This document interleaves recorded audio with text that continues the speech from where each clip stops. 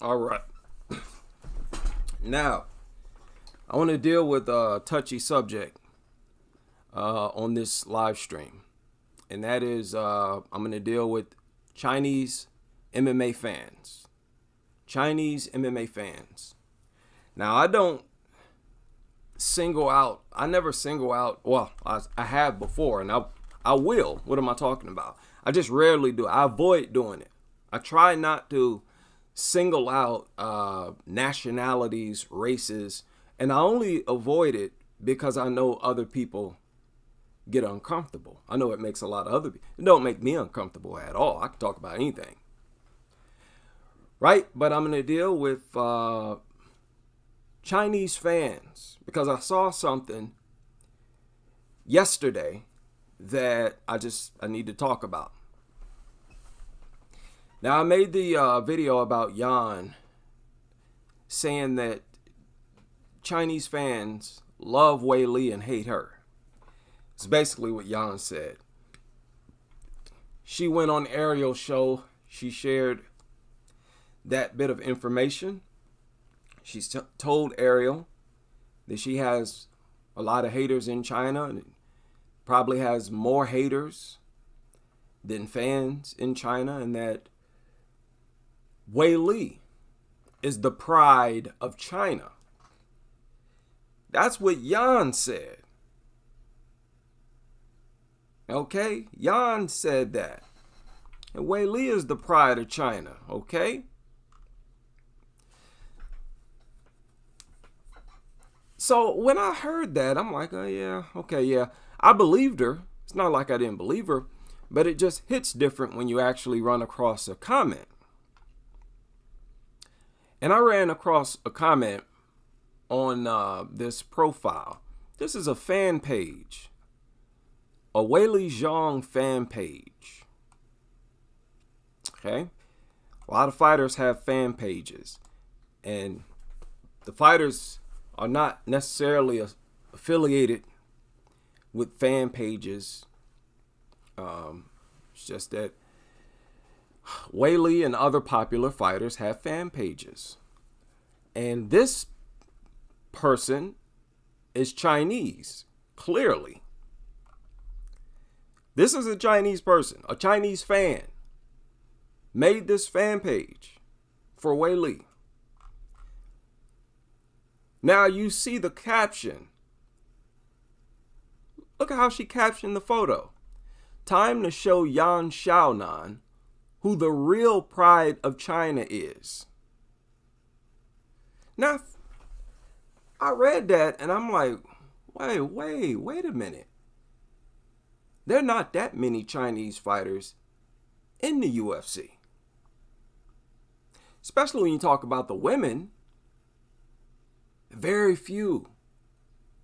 I think there's only one other Chinese fighter in the UFC. Now that Ramona is gone, wasn't Ramona Korean? I don't know. But La Niang is the other Chinese fighter. So it's like you only got 2-3 fighters.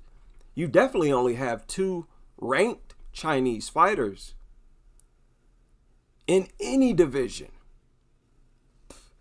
Ji-Yeon Kim is gone. I think she was Korean anyways. There were no other Chinese fighters. It's really just Wei Li and Yan. In the UFC, you know, I would have assumed, like if someone were to ask me if I thought that Chinese MMA fans were fans of Yan Xiaonan, I would say, of course. Just because she's Chinese and there are very few of them in the UFC. But that's not the case. There's a lot of them. They view Yan as a disgrace to China. And Wei Li as the savior. But get this. When Wei Li lost, when she lost the belt to Rose Nazi Eunice, Zhang Weili suffered a whole lot of hate. According to reports, she suffered hate. I want to give you an example of what I'm talking about. And I believe this person knows what he or she is talking about. The person who left this comment. He said, now look at this. The headline, Yan Xiaonan wants to silence the Chinese haters by taking Weili Zhang's title. Okay? And this guy or a girl wrote this. I think it's a guy. He said, this is just how the Chinese casual MMA fan base behaves. Tribal and fair weather to the extreme, nationalistic with a massive inferiority complex. Think the most asinine McGregor casual who instantly converts to Islam and starts dumping on McGregor as soon as Khabib chokes McGregor out. And you'll have a good idea of what the average Chinese casual is like. Nobody dumps on losing Chinese fighters harder than the Chinese themselves. Listen to that. They say when Weili lost the belt to Rose, she got absolutely destroyed by her Chinese fan base. He said, we're talking about, and this is a quote, he's saying that people, Chinese fans, were saying this about Weili Zhang after she lost to Rose. Said that Weili's entire bloodline is a disgrace. They said that fans were saying that Weili should have been aborted. Hate speech territory. Of course, now Weili is champion again.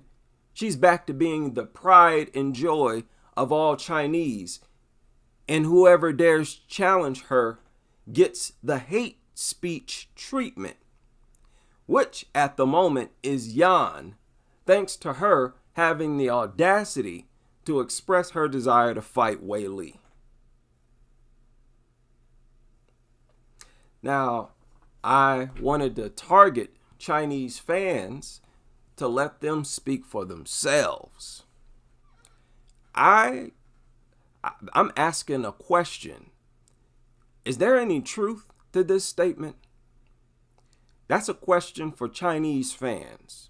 I only want to hear from Chinese people here. And be honest. Don't get up here and lie. Trying to be, trying to defend your culture and all that nonsense. If you do something goofy and backwards, say it. Just like everybody else.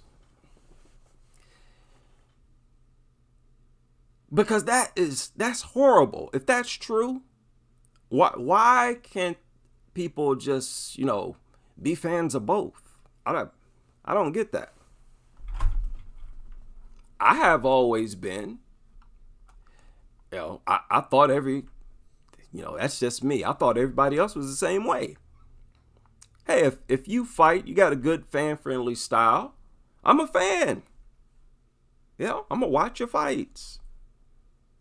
But, for example, if Weili and Yan fought, I think Weili is more well-rounded than Yan.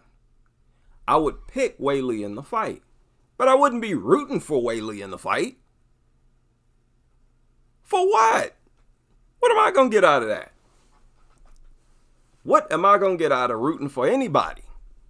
The only way I root for a fighter is if them winning helps the division, sort of help keep it alive, keep it interesting.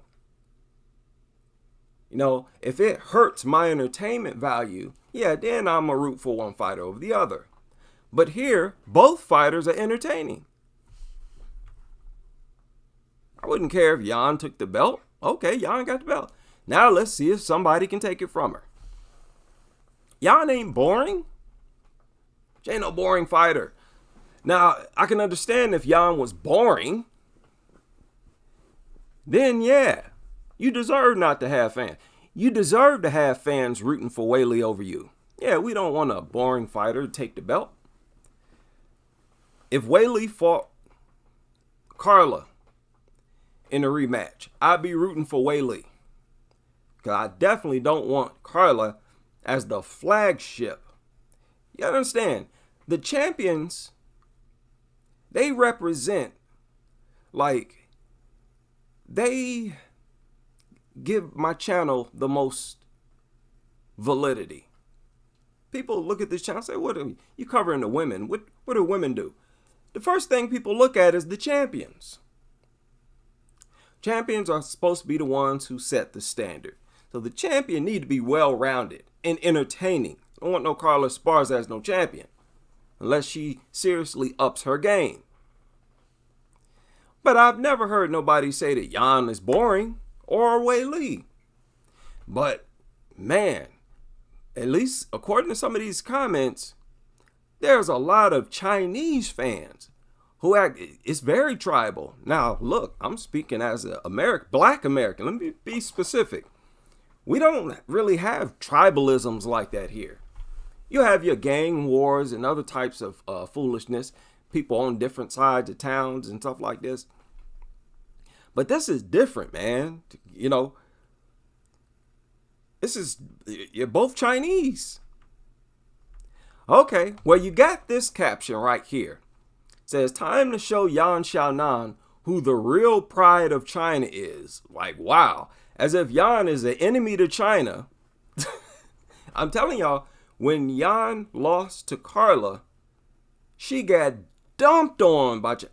And I believe this person's comments that, because I've seen that before. I've seen that much before. Like, there's a lot of fans who will look at you as a disgrace to their country if you're a loser. Like, they really look down on losing. And if you're a loser, you are the worst type of loser dirtbag. You are a disgrace to this planet if you lose. I have heard that Chinese athletes place a whole lot of emphasis on winning. And they are at war against losing. So, wow. And you know what that does? It causes the fighters, the athletes themselves, to disconnect from the fans. So they'll be like, no, you're rooting for me now because I have the belt. You're acting like a fanatic of me now because I have the belt. As soon as I lose the belt, you're going to be calling me a disgrace and an embarrassment to China, so on and so forth. So the athletes, they'll go through the motions, they'll smile, they'll laugh. But behind closed doors, they understand your true nature and how you operate. But listen, man, I can understand putting a lot of emphasis on winning. I can understand that. We all can understand that. But losing is a part of the game.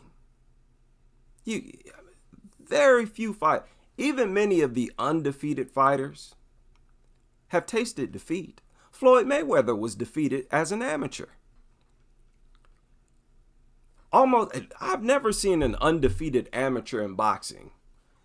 When you include amateur, all fighters have taken a loss. All fighters. That's part of the game. Could you imagine a basketball, football team that never lost? They might make a season, but they're not going 10 years without losing. That's what fighters do. Fighters don't have seasons. Man, people can process winning and losing however they want. But I choose to process winning and losing in a way where I can still be entertained, no matter who loses.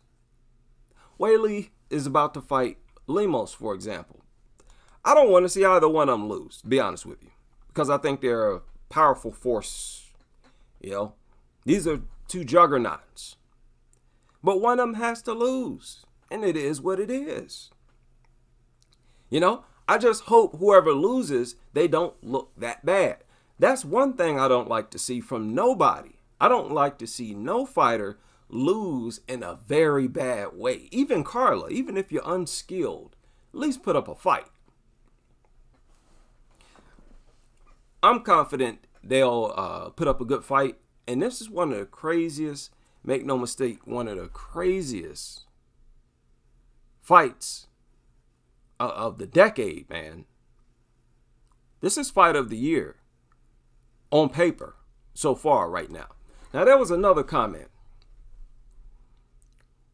Now, look at this. Just read the fanaticism here. Somebody said it's hard to root against Yan Xiaonan when she has some of the best hair in WMMA. The channel host said, Weili has the best hair in WMMA. Yan is, and put a vomiting emoji. Okay. Now look at this person.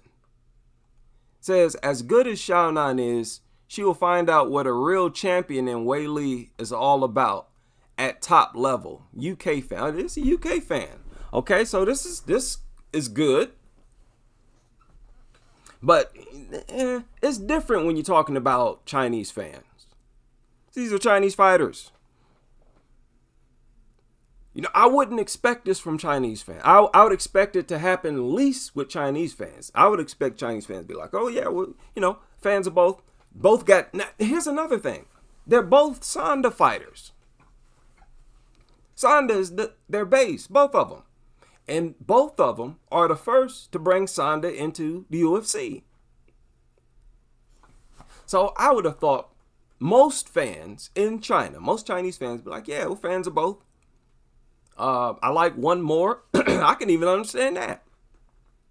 I'm a bigger fan of Weili because she got her jiu-jitsu, and Yan still has to pick up her jiu-jitsu. But hey, I like Yan's striking, good hard strikes, stuff like that. You know, hey, real good performance in her most recent fight against Andrade, so on and so forth. I would expect that type of talk. This took me by surprise to see. Now, that's not all. That's not all. There's some more. Where are we at? Hey, no, I guess that is all. But there's plenty all over the internet. This person said, this will be a good match, but I'm rooting for Weili. Say, you know it, Team Zhang Weili. So, and then they put China. They put Queen of China, basically, is what this is. Queen of China. Well, if Yan wins, you still got a Chinese champion. And a bunch of these fans are going to morph into Yan Xiaonan fans. Now, listen, this is what is really predictable and pathetic about this whole thing. And I'm talking to all fans who dump on Yan Xiaonan right now. If Yan takes that belt, makes 3, 4, 5 title defenses, her haters gonna disappear. As soon as Yan starts to look incredible, invincible, those haters are gonna disappear. And suddenly, she's gonna be the queen and pride of China. Let's say Weili falls off and has 3, 4 consecutive losses. Yan takes the belt, makes 5 title defenses. Picture that in your mind. Weili is falling off. She's destroyed, looking like an old woman, losing.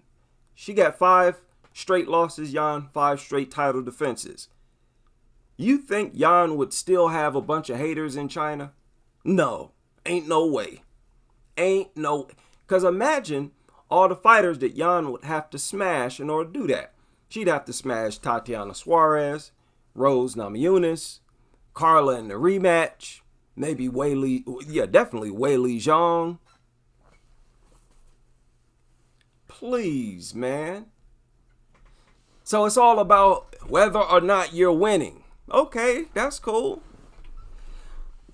But that ain't me. Now look, Jan's lack of a ground game, lack of takedown defense annoys me too.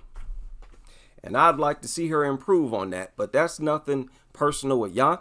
I want to see everybody improve in whatever area they're weak in. I say it, that's what I do. So my channel's all about looking for the fighter's strengths, right? Pointing them out, complimenting them on their strengths, and pointing out what I see as a weakness or a flaw. But yeah, I thought that was crazy. So if you're a Chinese fan, you want to speak for yourself. Are these people misrepresenting what the casual MMA or UFC fan base is in China? Go ahead and let us know. Now moving on, there's a lot of news in the WMMA world. All right. Recently, this fight was made. This is a very crazy fight. This one from outer space. I'm taking Luciendo. I don't know about all those. Somebody gonna get knocked out, I think, or gonna come close. It's gonna be a crazy fight right here. I'm taking Luciendo. Luciendo is a special little fighter. She started fighting when she was like 14 or something crazy. She was one of them fighters who lied about her age. She was like 14 fighting adults. She's young. She's like 2 or something crazy. And she's been fighting for years upon years. Extensive fighting is just second nature with Luciendo at this point. Luciendo can take big shots. Yasmin could not stop Luciendo. A lot of people thought Luciendo beat Yasmin, and that's a feat. I'm taking Luciendo, but Poliana Viana got a lot of power. She can stop anybody. We'll see what happens. That'd be a crazy fight. Right? Good for the matchmakers. Now, tomorrow, I'm going to take Silva over Ketlin Souza. Now, who knows? Maybe Ketlin Souza shows up. She is a former champion. Former what? Invicta champion. Okay, let's get it. Karine just, she's got a lot of momentum right now. And she's more destructive right now. That can be proven. That's just the fact. She's more destructive than Ketlin Souza. Now, if Ketlin Souza comes out here and stops her, then hey, Souza is doing something that her record don't reflect. Not nearly as much as Karine's record. Let's look at their record. This is Ketlin Souza's UFC debut. You hear a lot about UFC debut jitters. Probably won't help to have jitters in there against Silva. You might have jitters in there with a fighter who doesn't get many stoppages and still look bad. You going in there with jitters against a showstopper, I'm going to feel like the cards are stacked against you. I'm taking Silva. We will see what happens. Okay. Now, Elise Reed, Jinh Frey, I have no idea what happens in that fight. I'm not even going to pretend like I know how that fight is going to unfold. I suspect Reed is going to try to take Jinh Frey down. But I don't really think you need to take Jinh Frey down. Okay. Frey was knocked out. Her striking is not that complex. Jinh Frey. Some fighters have a hard time with it. Frey is not a fluid combination striker. She's just not. She'll throw a 1-2 every now and then. Once in a blue moon, she'll throw 3 strikes. I can't even remember her ever throwing 3-strike combination. It's been a while since she's fought. The last time she fought, she was knocked out cold. She was knocked out multiple times in the same fight. So I don't know what's going to happen. I made a commitment that I'd take somebody, no matter what, just to make it fun. I'm going to roll with Elise Reed. I'm going to assume she's going to take her down. She's not going to be dumb. But who knows? She might be able to outstrike Jen Frey. We'll see. And what is this about Gabby Garcia? Says she was getting beaten up by her ex-boyfriend. Beaten up by her ex-boyfriend. Okay. And she's bigger. She looked bigger than her ex-boyfriend. Okay. Okay. I don't have no comment on that one. No comment. Let's move on. All right. And you know what? I think that's it. That just about does it. No, there's one more thing. A few more things. Now, I already mentioned that I think Joanne Wood is going to get knocked out. You know, Joanne has no power. Priscilla got power. Priscilla has never been knocked down. I mean, she's been knocked down, but she wasn't even hurt. She took a shin to the jaw and wasn't even really hurt. She got a iron jaw, Priscilla. I don't think Joanne has an iron jaw. She wasn't knocked out, but she was knocked down. She was sat down from a punch to the face by Taylor Santos. And that's not the first time that Joanne has been rocked from punches to her head. Yeah, she's been getting rocked like that for a long time. You remember Courtney Casey made her UFC debut, I think, against Joanne Wood. And Joanne got rocked in that fight. Nah, you can't go in here getting rocked by Priscilla. You're going to get knocked out. So I expect a stoppage. And if there's no stoppage, Joanne to get bloody as all get up. We will see what happens. Maybe Joanne levels up, and that's a bad matchup for Joanne Wood, in my opinion. You know, it's just like that. Now, what else do I want to say? Sika Izawa. How many of y'all are aware that since she defeated Ayaka Hamasaki, that she's defeated 4 subsequent opponents? And she's currently 10-0. Blasting through the competition. But because this is such a horrible organization, look at how many fighters she's fought twice. Miki Montano, back to back. Ayaka Hamasaki. Siwoo Park. It's ridiculous. All because they have no atomweight division. It's not deep, not even close to deep. That's terrible. So you got these atomweight prospects, but there's no real solid division for atomweights yet. I think that's disappointing. It's disappointing. Dana was talking about expanding into the Asian market, and like I said, that's not going to happen if you don't have that atomweight division. You already got the fighters. Open the division. Easy and as simple as that.